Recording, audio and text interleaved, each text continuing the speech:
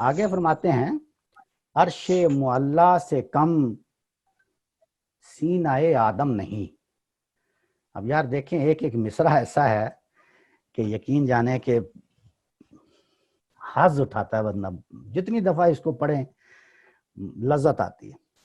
اس میں دیکھیں کیا خوبی ہے اس مصرے میں. عرش معلا سے کم سینہ آدم نہیں. عرش معلا کا جو مقام ہے آدم کے سینے کا مقام اس سے کم نہیں ہے. کیا وجہ ہے؟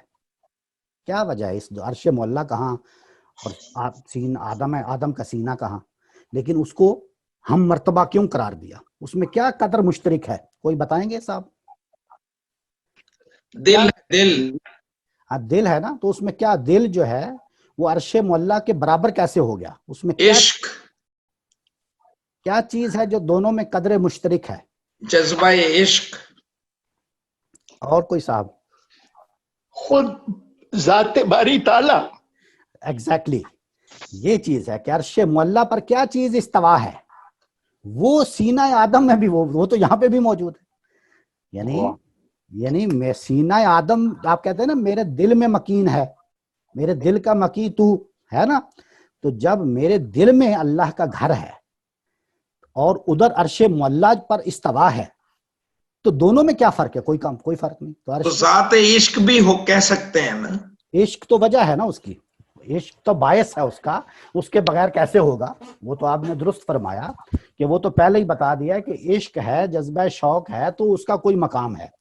یہاں پہ جس خوبصورتی سے آپ دیکھیں کیا خوبصورت مصرع ہے کہ عرش معلا سے کم. یہ ایسے ہی نہیں کہ کوئی چاند الفاظ لیے اور جوڑ دیے، ایسا نہیں ہے یہ کلام. ایک چیز جو ہے وہ ایسے نپی تلی ہوئی ہے، ربط موتیوں کی طرح جڑی ہوئی ہے. عرش معلا سے ایسے ہی ہے بالکل. عرش معلا سے کم سینہ آدم نہیں. اب آگے دیکھیں کیا فرما رہے ہیں. گرچہ کف خاک کی حد ہے سپہر کبود. ایک ذرا بات کرنے کی اجازت ہے مجھے؟ کیسا؟ جی جی پلیز. کون صاحب ہو رہے ہیں؟ میں شفیق قادری عرض کر رہا ہوں. جی فرمائیے. ایک ذرا سا یہاں میں سائنسی نقطہ نظر کی بات کروں ضرور کہ عرش معلا پر اللہ ہے اور وہاں سے وہ پوری کائنات کو کنٹرول کر رہا ہے، اور ہمارے سینے میں جو دل ہے وہ بھی ہمارے جسم کی ساری کائنات کو کنٹرول کرتا ہے. تو بہت خوبصورت بات. ایک اور نقطۂ نظر میں نے کہا کہ اس پہ ذرا ذہن میں آیا تو میں بہت اچھی بات، بہت خوبصورت بات کی. لیکن آپ واقعی جو جس انداز میں آپ اس کو ایکسپلین کر رہے ہیں واقعی میں قابل تعریف. جزاک اللہ. تو یہ دوسرا مصرع دیکھیں کیا ہے کہ گرچہ کف خاک کی حد ہے سپہر کبود. یعنی اس میں تو کوئی شک نہیں. گرچہ کا کیا مطلب ہے؟ آل دو. یعنی اس میں تو کوئی شک نہیں کہ کف خاک یعنی آدم خاکی ہے نا، آدم خاکی ہے. تو کف خاک کی حد ہے سپہر کبود. سپہر کا مطلب ہوتا ہے آسمان، کبود کا مطلب نیلا. سپہر کبود یعنی نیلا آسمان. تو اس کا مطلب کیا ہے اس مصرعے کا؟ اس کا مطلب یہ ہے کہ بھائی میری حد تو یہ آسمان ہے، کہاں عرش معلا. یعنی عرش معلا تو 7 آسمان، یہ آسمان کیا، پھر ایک آسمان، پھر ایک آسمان، چوتھا، پانچواں، چھٹا، ساتواں، اور اس کے اوپر عرش معلا ہے نا. وہ کہاں اور میں کہاں؟ اس میں وہ کہتے ہیں کوئی شک نہیں کہ میری حد تو بس اس آسمان تک ہے نا. زیادہ سے زیادہ میں چاند پہ چلا جاؤں گا یا کسی مریخ پہ چلا جاؤں گا. سپہر کبود نیلا آسمان، تو میری حد تو یہی ہے. لیکن اس حد کے باوجود میرا سینہ کسی عرش معلا سے کم نہیں ہے. یہ مت سمجھو کہ محض میری ظاہری حد جو ہے نیلے آسمان تک، اس کی پہنچ اس سے اوپر نہیں ہے. نہیں، میرا دل جو ہے، میرا سینہ جو ہے. یہ دیکھیں ابھی تک کیا ہو رہا ہے، ابھی تک وہ اے حرم قرطبہ کو مخاطب کر کے اور پھر اپنے تقابل میں لے آئے ساتھ، کیونکہ ادھر کیا تھا؟ عشق، اور عشق پھر خون جگر، اور پھر خون جگر سے میری نوا.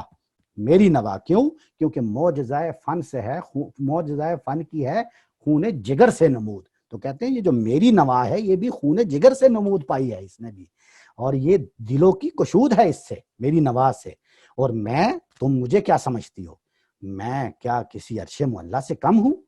یہ ٹھیک بات ہے کہ میری حد یہ نیلا آسمان ہی ہے بظاہر، لیکن یہ مت سمجھو کہ میری حد اتنی ہی ہے، یہ مت سمجھو، میرا سینہ جو ہے وہ عرش معلیٰ سے کم نہیں ہے۔ آگے فرماتے ہیں پیکر نوری کو ہے سجدہ میسر تو کیا، پیکر نوری کو ہے سجدہ میسر تو کیا، اس کو میسر نہیں سوز و گداز سجود۔ کیا خوبصورت ہے یار، اس میں دیکھیں یہ علامہ اقبال کا جو کلام ہے اس میں آپ ایک چیز بہت کثرت سے دیکھیں گے، وہ یہ کہ دو چیزیں جو ہے نا ان کو وہ نہیں چھوڑتے، ان کو معاف نہیں کرتے، خواہ ان کا کوئی تعلق ہو بیچ میں لڑائی میں ان کا کوئی عمل دخل ہو یا نہ ہو، لیکن ان کو وہ معاف نہیں کرتے۔ کون کون؟ ایک فرنگی اور ایک فرشتے۔ تو پیکر نوری جو ہیں ان سے بھی پرانی دشمنی ہے اپنی، میں جسٹ ایک عذرائے تفنن بات کر رہا ہوں، یعنی آپ دیکھیں نا اس میں بظاہر تو بیچاروں فرشتوں کا کوئی وہ نہیں ہے، لیکن اپنا تقابل مسجد سے کر رہے تھے تو اب ان کے ساتھ بھی کر دیا، فرشتوں سے بھی۔ اور دیکھیں کیا خوبصورت کیا، حقیقت پہ مبنی کیا، کیا کہہ رہے ہیں؟ پیکر نوری کو ہے سجدہ میسر تو کیا، یعنی وہ بھی سجدہ کرتے ہیں لیکن اس میں کیا ہے، کیا چیز نہیں ہے ان کے پاس، اس کو میسر نہیں سوز و گداز سجود۔ جو میرے سجدے میں سوز و گداز ہے وہ اس کے سجدے میں کہاں؟ میرا سجدہ کیا محض سبحان ربی الاعلیٰ ہے؟ نہیں، اس کو سمجھتے ہیں کوئی؟ اگر کوئی تفصیل کرنا چاہتے ہیں شاید تو کر سکتے ہیں اس کو۔ اس میں جو اصل بات ہے نا، اس کے اندر جو پوشیدہ بات ہے وہ یہ ہے کہ میں سجدے پر مامور ہوں، وہ سجدے پر مجبور ہیں۔ میرا سجدہ ہوتا ہے یعنی میں بھٹکتا ہوں، پلٹتا ہوں سجدے کی طرف، ان میں ایسی کوئی بات نہیں ہے۔ میں گمراہ ہوتا ہوں پھر راہ پکڑتا ہوں، ان میں ایسی کوئی بات نہیں ہے۔ میں سجدے سے دور ہو جاتا ہوں پھر خود کو کھینچ کے سجدے پر لے کے آتا ہوں، ان میں ایسا کچھ نہیں ہے۔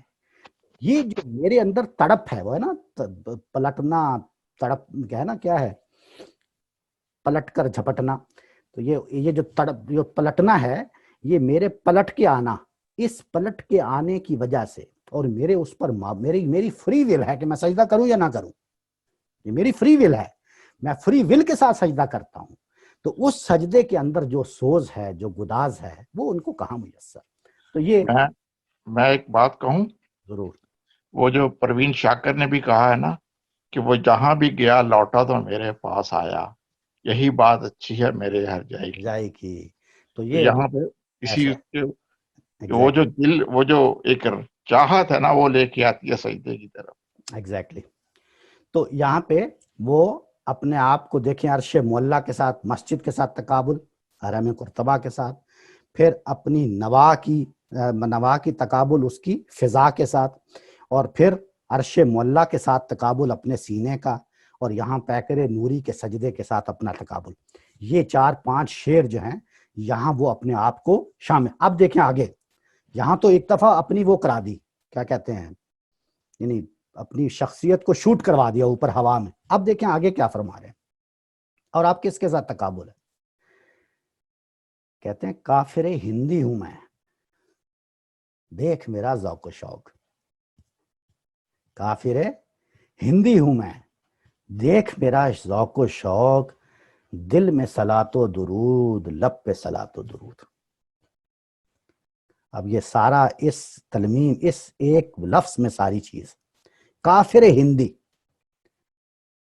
اب یہ کس کے ساتھ تقابل کر رہے ہیں؟ اوپر تو تقابل کر دیا انہوں نے مسجد کی فضا سے، اپنی نوا کا، سینہ آدم سے، عرش معلیٰ کا، قدسیوں سے اپنے سجدوں کا، ان کے سجدوں کے ساتھ یہ تقابل کر دیا۔ اب ایک طرح سے گریز ہے. یہ کیا ہے؟ کافر ہندی ہوں میں. تقابل میں کیا ہے؟ میں کوئی حجازی شاہ سوار نہیں ہوں، میں کوئی عربی نہیں ہوں، میں رسالت محمد صلی اللہ علیہ وسلم کے زمانے کا نہیں ہوں، میں تو 1400 سال بعد کا بیٹھا ہوا ہوں. اور میرا ایمان کیا ہے؟ وہ تو ایسا جیسا کفر ہوتا ہے، یعنی ایمان کے مقابلے میں تو ایک کافر ہوں اور ہندوستان میں بیٹھا ہوا ہوں. ایک ہندی کافر ہونے کے باوجود میرا یہ مرتبہ ہے، میرا ذوق و شوق دیکھ کے میرے دل میں صلاۃ و درود، لب پہ صلاۃ و درود. اور کافر ہندی ہونے کے باوجود یہ مرتبہ ہے جو میں نے اوپر بتا دیا تمہیں کہ میری نوا سینہ سوز ہے، میں دلوں کی کشود کرتا ہوں اور میں عرش معلا سے کم نہیں ہوں. حالانکہ میں کیا ہوں؟ کافر ہندی ہوں. اگر میں کافر ہندی یہ ہوں تو پھر تم خود اندازہ لگا لو کہ وہ جو حجازی شاہ سوار تھے وہ کیا چیز تھے. اب سمجھ آئیے آپ کو؟ یعنی پہلے اپنا پورا تقابل کیا ان چیزوں سے اور پھر بتایا کہ میں یہ ہوں تو وہ کیا ہوں گے. یہ فالو کیا اس چیز کو؟ اس کو سمجھ آئی آپ لوگوں کو کہ میں اس جگہ پہ بیٹھا ہوا ہوں، کافر ہندی ہوں، اس کے باوجود میرا مقام یہ ہے جو میں نے تمہیں بتا دیا. اور وہ لوگ کیا ہوں گے؟ میں کافر ایک تلمیح میں ایک لفظ کافر ہندی کہہ کے اس کے اندر یہ ساری سٹوری کو سمیٹ دیا ہے. دل میں صلاۃ و درود، لب پہ صلاۃ و درود. اور یہ شعر دیکھیں، شوق میری لے میں ہے، شوق میری نے میں ہے، نغمہ اللہ میرے رگو پے میں ہے. کیا خوبصورت شعر، یعنی کیا شعر ہے. شوق میری لے میں ہے، شوق میری نے میں ہے، نغمہ اللہ میرے رگو پے میں ہے. کیا شعر ہے. یعنی کوئی کہہ سکتا ہے یہ جملے، کوئی لکھ سکتا ہے یار شوق میری لے میں ہے. میری لے میں، میری موسیقی میں بھی شوق ہے. شوق کیا ہے؟ وہی جذبہ شوق، خون جگر، عشق. اور میری نے، یعنی میری بانسری میں بھی شوق ہے. نغمہ اس میں، اور اس موسیقی اور اس بانسری سے نغمہ کیا پھوٹتا ہے؟ نغمہ اللہ میرے رگو پے میں ہے. میرے انگ انگ میں جو نغمہ ہے وہ کیا ہے؟ اللہ اللہ اللہ. ٹھیک ہے جی. اور پڑھنا ہے ایک بند کے بس کریں. سر میرا ایک کویسچن ہے آپ سے. جی جی ضرور سر. سر میرا کویسچن یہ ہے کہ آپ نے جو یہاں پہ عشق کو جذبہ شوق سے تشبیہ دی ہے، کیا یہ قوت محرکہ کے معنی میں بھی لیا جا سکتا ہے؟ وہ جذبہ شوق کی قوت محرکہ ہوتی ہے، لیکن قوت محرکہ ایک ایسی چیز ہے جو ہر ایک میں ہوتی ہے. آپ کوئی بھی کام کرنے کے لیے آپ کے اندر جو قوت محرکہ ہے، لیکن اصل چیز ہے کہ اس کو اس آخری پیک پہ لے جانے والا جو لفظ ہے نا، اس کو یا شوق، خود علامہ صاحب نے بھی اس کو جگہ جگہ میری نوائے شوق سے شور حریم ذات میں، میری نوائے شوق سے شور حریم ذات میں، ولولا ہائے علامہ بت قدہ صفات میں. تو یہ جو شوق ہے تو جذبہ محرک، اس میں کوئی شک نہیں ہے، لیکن جذبہ محرک جو ہے وہ ایک ایسی تعمیم کی چیز ہے جو میرے اندر بھی ہو سکتا ہے، آپ کے اندر بھی ہو سکتا ہے. اس کو اٹھانا ہے اور اس کو جذبہ شوق کیسے بنے گا؟ وہ کہ اپنے اس ہدف کے لیے، اس نصب العین کے لیے خون جگر کا قطرہ نچوڑے.